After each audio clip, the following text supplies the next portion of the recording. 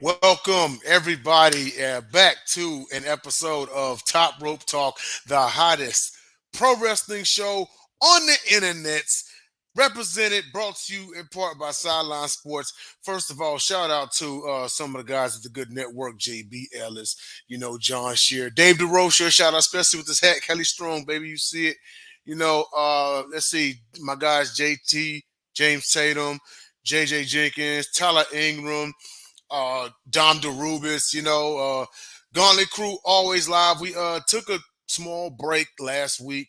It was Memorial Day, so we figured we won't go on the air or anything like that. But we are back, and there have been some happenings that have been going on around wrestling and everything. But tonight, I actually wanted to do a short commentary. First of all, before we get started, go ahead and hit that like and subscribe if you're catching us on YouTube right now.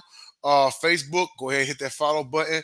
Also, aside from Sideline Sports, catch us at Gauntlet Sports Media on Facebook. That's Gauntlet Sports Media. We're also on DBTV, Stream TV as well. Check out the Sideline Sports Show on the Believe Network. Sideline Sports Show airing tomorrow at 8:30 Eastern Standard Time. That is with me producing it and hosted by JB Ellis. Got commentators John Shear and Dave DeRocher as well. And then also on Wednesdays, of course, Confidential. We're in season 3. That's going to be at 8 p.m. Eastern Standard Time. And then the new show, Sports Business Insider, with myself and Sean Russey, former MLB and NFL agent. That's going to be at 8:30 Eastern Standard Time. And then we got some new shows, new projects coming up. We always keep everybody posted weekly. So, follow us on X and social media, and you'll get all the latest and hottest updates. So, with that being said, no further ado, it's pretty much going to be me tonight. I'm just running solo. We're going to go ahead and go into something that I wanted to kick. I probably should have done this 2 weeks ago, honestly, but I figure I'd do it right now. Post King of the Ring would be, a good time because now we can kind of guess the trajectory of how things are supposed to run. But the topic tonight is the impact of King of the Ring winners, and we just had a great King of the Ring tournament, great King of the Ring pay per view with King and Queen of the Ring.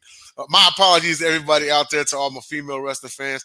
I couldn't do a history of Queen of the Ring because, well, there's only been 2 winners, Zelina Vega and Nia Jax, and that commentary literally would have been like 2 minutes, and nobody wants that short on commentary. But anyhow, but the history of King of the Ring, and we're talking about a tournament that goes back to 1986 and has had numerous superstars to have won it, and it elevated their careers and such. And with that being said, we've had 22 winners since 1985. The tournament had a few years where it didn't take place. Let's see here. Actually, I'm gonna bring it back up here. Thanks for hanging with me on this live, y'all. Give me 1 second. Tournament. Here we go. Okay, so we'll look at. It started out in 1985 and it went every single year in succession until about 2002. Now, in 2002, it stopped being, 2000, I guess 2003. It stopped being like its own pay per view and everything. But then fast forward about 4 years later, and SmackDown had actually held an exclusive tournament. King Booker was the winner. Then 2 years later, it came back. It was in like 2 year increments. 2010 hosted a tournament. But then a whole 5 years later was the next tournament, and then another 4 years later was the next tournament, and then 2 years later that was Xavier Woods, and then of course 2024, and what we should expect to see from here on out, at least what I would like to see, is consistency in bringing back the King of the Ring in full. I would love to see it happen every single year. It's been one of my favorite things, and I'm so glad to see it come back. And in 2015, there actually was an exclusive. It was like it was his own show. Um, but something about when it came back for 2024, and I was like, all right, so it's back now as its own entity, how it belongs, and it's awesome. It's always been great to have seen the females, well, they're no longer called divas, thank God. They're just female superstars, but but yet to see them have their own tournament, and it's proof of the evolution of the sport and such. And what needs to happen is and I'll touch on it here in just a minute, is what happens to these people's careers after the tournament win. And so the way that it used to go, like back then, was no, now back in like the 90s, like the late 80s, like the tournament was like held in one night, right? But then in later years, they started having the tournament like kind of quarterfinals and like the first rounds and everything. Like they would hold those on like Raw and SmackDown or whatever. Actually pretty much Raw because it was about, what was it? From about 96, 97, 98. Yeah, so pretty much on Raw. Um Oh wait, and yeah, that was the later years because SmackDown started in 1999. So yeah, you had Raw and SmackDown, and then and traditionally the semifinals and the finals were on the actual pay per view. So with that being said, at worst at that time period, a wrestler may have to wrestle twice in one night. But then just think about back when Brett won. These were the days when you wrestled every match in one night, like you could fight four times, right? Um, Now, on my next point here, and so of the 22 winners in total, 12 would go on to win world titles between NWA slash WCW, the WWE Championship, the World Heavyweight Championship, and there's even been one ECW champion and Don Morocco. Back before ECW became ECW, when it was Eastern Championship Wrestling, but his title wins fall under the same lineage. Now, the names of the winners in succession, and your only two-time winner was Bret the Hitman Hart, and he won in 91 and 93. Don Morocco was the first ever winner in 1985, followed by King Harley Race, Randy Savage in 87. That's where his King gimmick came from. Ted DiBiase, Tito Santana, Skip 1990, 91, Bret Hart won, 93, Bret Hart won, 94, Owen Hart won. 95 was Mabel. That's where he got his King Mabel gimmick from. 96 was Stone Cold Steve Austin. 97 Hunter Helmsley. 98 Ken Shamrock. Really, really wanted and needed Shamrock to elevate from there. And I don't know what happened, but something fell apart with that. Mr. Ass Billy Gunn won in 99. Angle won in 2000. '01 was Edge. '02 Brock Lesnar. '06 was Booker T. That was his horrendous King Booker. No disrespect, Book. If you out there, love your brother, always did. H-Town strong, man. You know where we're from. But I hated the King Booker gimmick. I just did. This is his worst gimmick of his career. And then William Regal wins in '08. 10 was Sheamus. 15 was Bad News Barrett. Why that didn't go anywhere was disappointing. Baron Corbin won in 19. In 21 was Xavier Woods. And, of course, in 2024 was Gunther. We'll get to Gunther in just a minute. Um, with King of the Ring, and I had a thought and I just lost it. Okay, yes, that's right. All right, because I wanted to share some prominent moments in history. Like that time in 1997 when Triple H just refused to put on that damn crown. Like all he wanted to do was just beat Mankind with it. And that's exactly what he did. He smashed Mankind with the crown. There were just some winners that wanted nothing to do with the royal treatment. They didn't want King behind their names or anything like that. They just kind of won the tournament and moved on. It happened several more times. Triple H would attack Mankind with the crown and such, and Vince McMahon finally was like, "You're never going to wear the crown, are you?" And Edge was like, "Nope, I'm not going to do it. It's not me."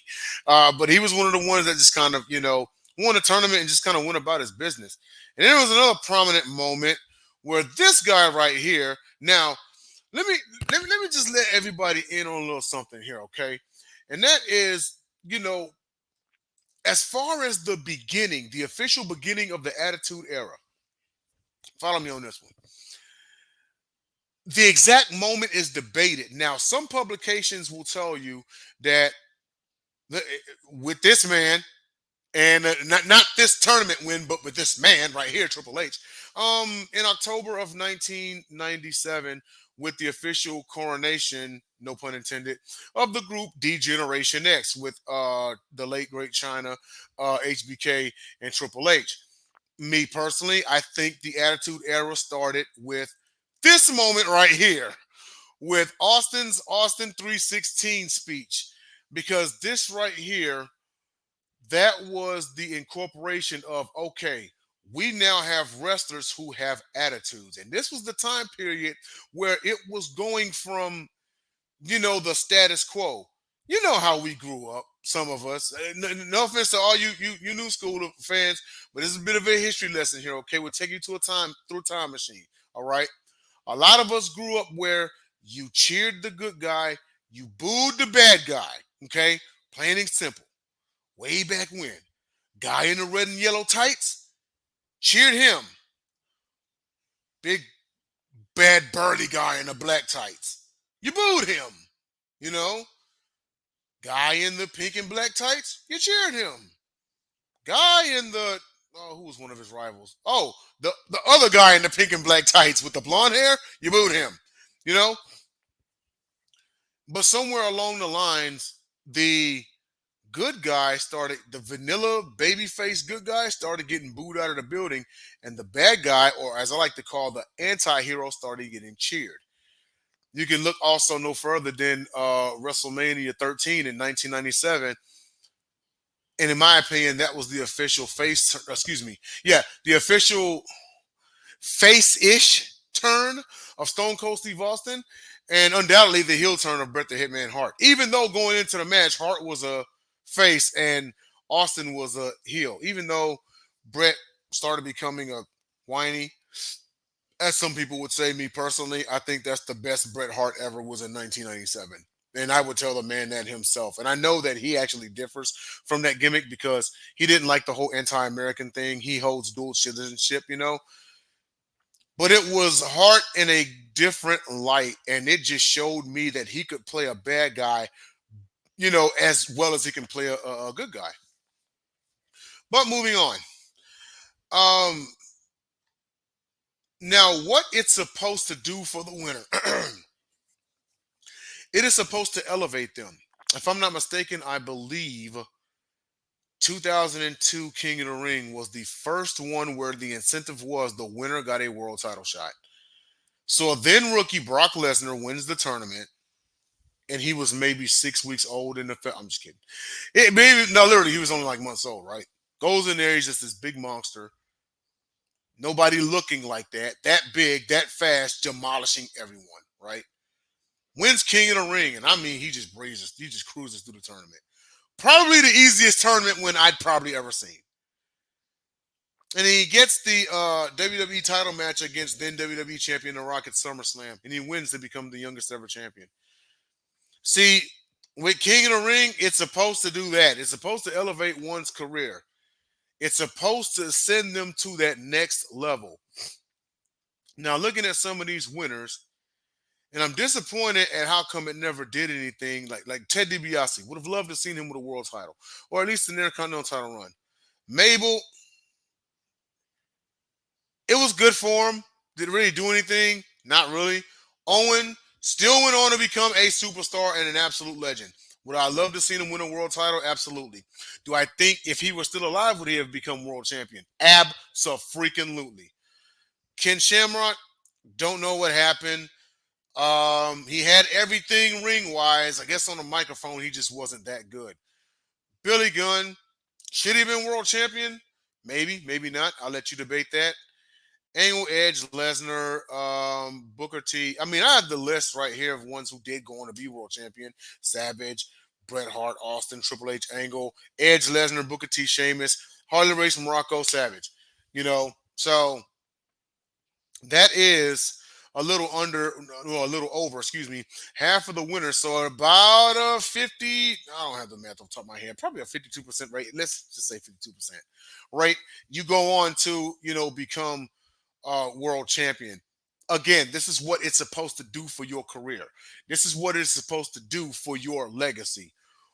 There are people out there who have, done everything in their career but win King of the Ring. And to a certain extent, it wasn't their fault because, like I said, there was this great, some years had like a 4-year gap. Some had like a 5-year gap, between tournaments and such. Again, and shout out to Triple H for bringing this back.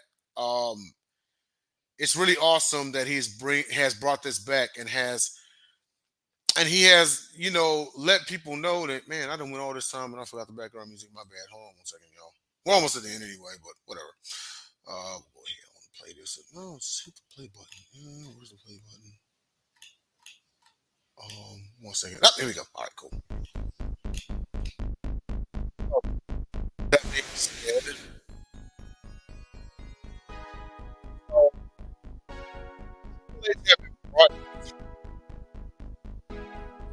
and again, I hope that it is consistent, that there's, years and years and years to come of this, and not a 5-year gap between, us seeing it again.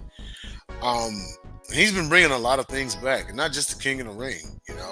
He's brought back a great element of the ruthless aggression era. If you really, really sit down and think about it after this telecast, look at what all he has done. The name of the era nowadays, officially, I think it's called the Renaissance era. We call it the Triple H era.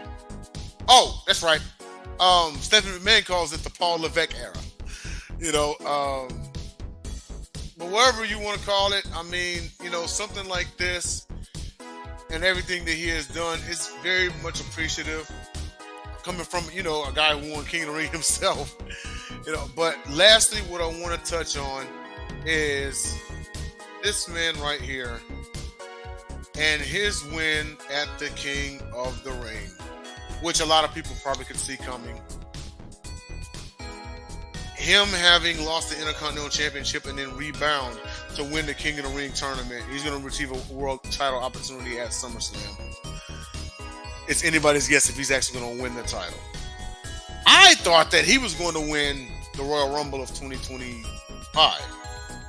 If he wins the world title, well, I guess I got to kind of pick another winner, right? CM Punk is on the books. CM Punk, right? But with that being said, Gunther's going to be, it's safe to say he's going to be a world champion within the next 8 months, probably a year, and he'll have a long reign with it. Me and shout out to Jacob Prisoner. We talked about this many times. He's this generation's Lesnar. He's a big, burly, unbeatable dude. He's not as bulky as Lesnar or anything like that. I think Lesnar's faster. But just this unstoppable monster, and there's nothing pretty or flashy about him at all. He's just this brute that has 3 or 4 different ways that he can beat you. And Gunther embodies, however you want to pronounce it, what pro wrestling should be. Glad that they brought that term back.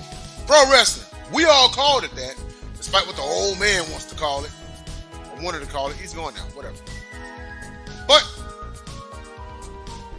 pro wrestling is back, y'all. It's back.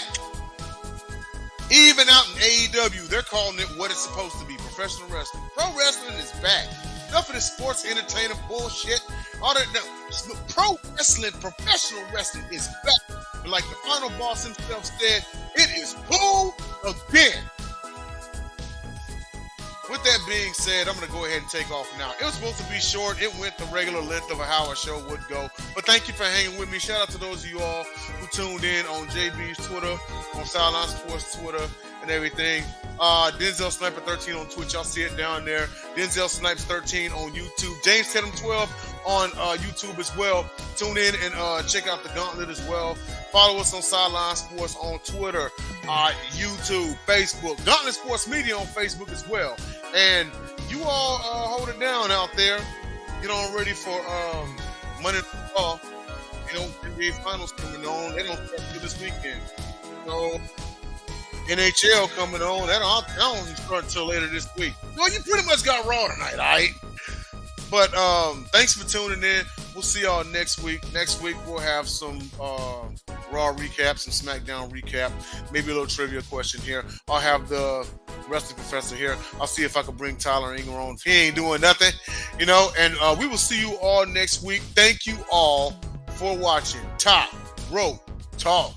Peace.